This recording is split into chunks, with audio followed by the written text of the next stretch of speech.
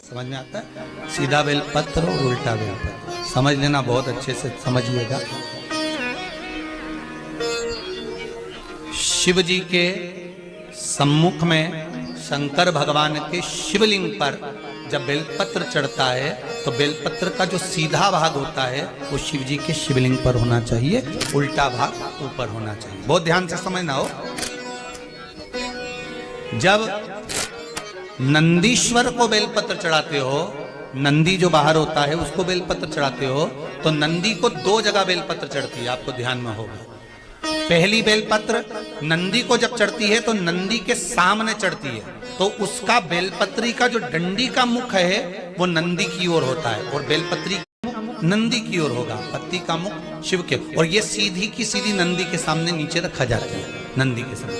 और एक बेलपत्र जब नंदी के ऊपर चढ़ती है तो डंडी का मुख शिव जी के ऊपर होता है और इस पत्ती का मुख नंदी के सिर पर नंदी की ओर होता है। ये दोनों में बहुत अंतर है महाराज।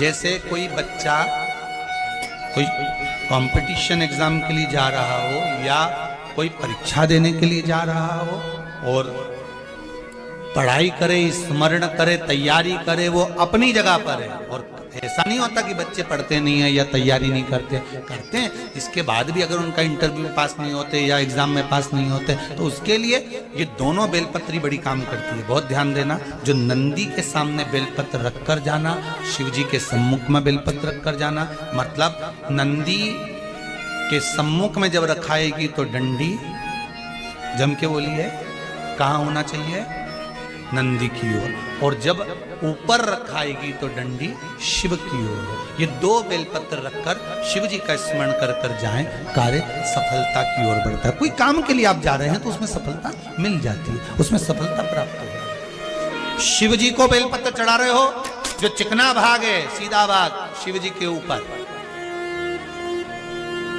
शंकर भगवान के ऊपर। थाली में अगर शिवलिंग का निर्माण कर रहे हो, पार्थिव शिवलिंग का निर्माण कर रहे हो, तो थाली में जब बेलपत्र रखोगे तो सीधी रखोगे, फिर उसके ऊपर शिवलिंग का निर्माण करोगे।